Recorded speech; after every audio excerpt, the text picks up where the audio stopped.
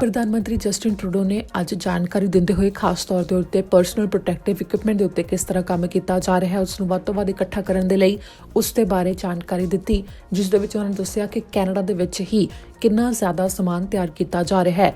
इस वास्ते कैनेडा सरकार ने डॉरवल्स की कंपनी जोसेफ रिबकॉफ दे नाल कॉन्ट्रैक्ट किया है, जिन्हां दे वल्लों 1.2 million made in Canada medical gown बनाए जाणगे। इस दे नाल ही सरकार ने द स्टीवनस कंपनी दे नाल भी संधि की है, जिन्हां दे वल्लों 15 मिलियन शू कवर जो जुत्तियां दे उत्ते कवर पाए जाते हैं हस्पतालों के विच ते होर थावां दे उत्ते वो बनाए जाणगे ते 5 मिलियन डिसइनफैक्टेंट वाइप बनाए जाणगे ते ये सारा समान मेड इन कैनेडा होवेगा। इस दे नाल ही ये भी जानकारी दी गई है कि 1 मिलियन मूँह नूं ढकण दे वास्ते शील्डां ते नाल ही 7 मिलियन जोड़े दस्ताने यानी कि ग्लव्स के सूबियां ते टैरीटरीज नूं भेजे जा रहे ने जो उन्हां तक पहुंच रहे ने।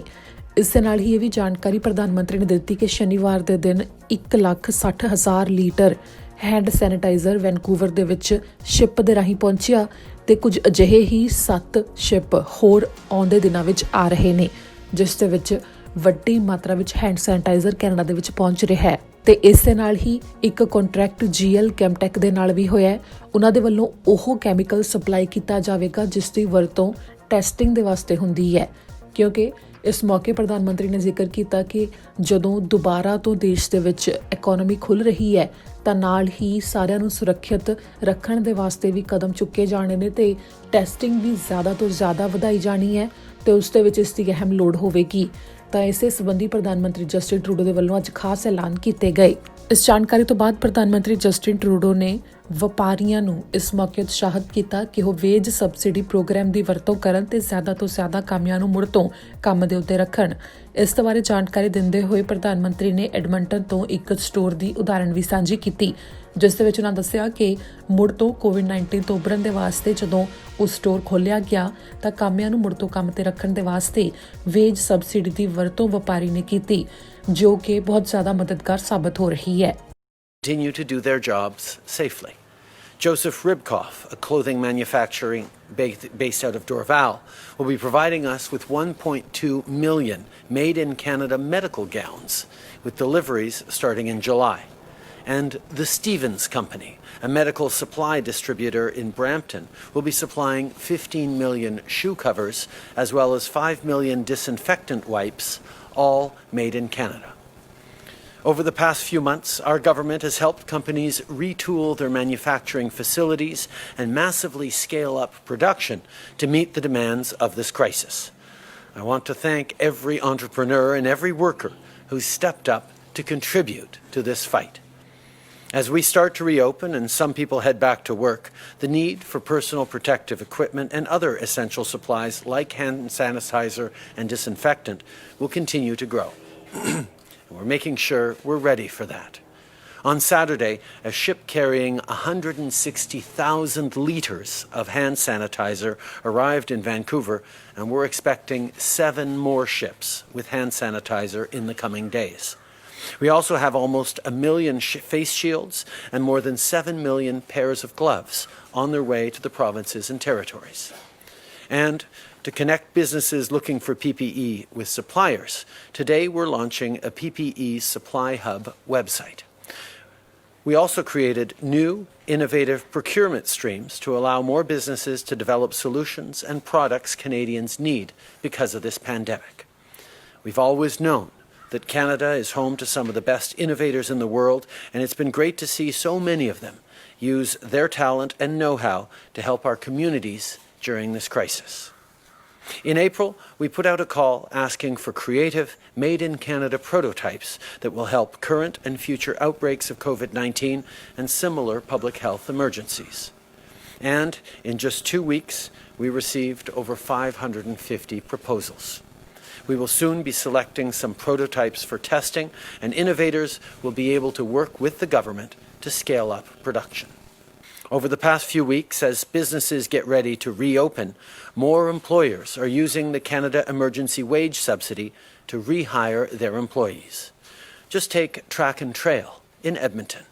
Track and Trail was well established in the community, selling outdoor clothing, equipment and footwear for 36 years. When the pandemic hit, they had to close down their stores. After a number of challenging months, they're now ready to welcome customers again. And as part of getting their shops back up and running, they used the wage subsidy to help rehire their employees. Shops, local entrepreneurs, and business owners are the backbone of our economy. They make our towns and cities better places to call home. And collectively, they are the largest employer in the country. As we start to reopen, some businesses will need support to get back on their feet, and our government will be there to help with programs like the emergency wage subsidy.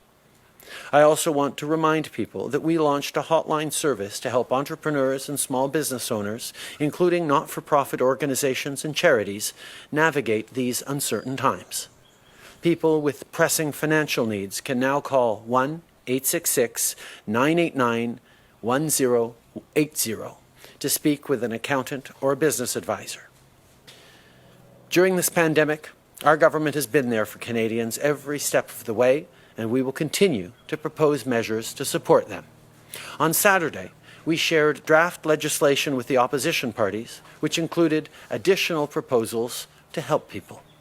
This legislation will aim to provide direct support to people with disabilities, support more workers through the wage subsidy, and ensure that Canadians who aren't able to meet certain judicial timelines, such as bankruptcy, aren't unfairly punished.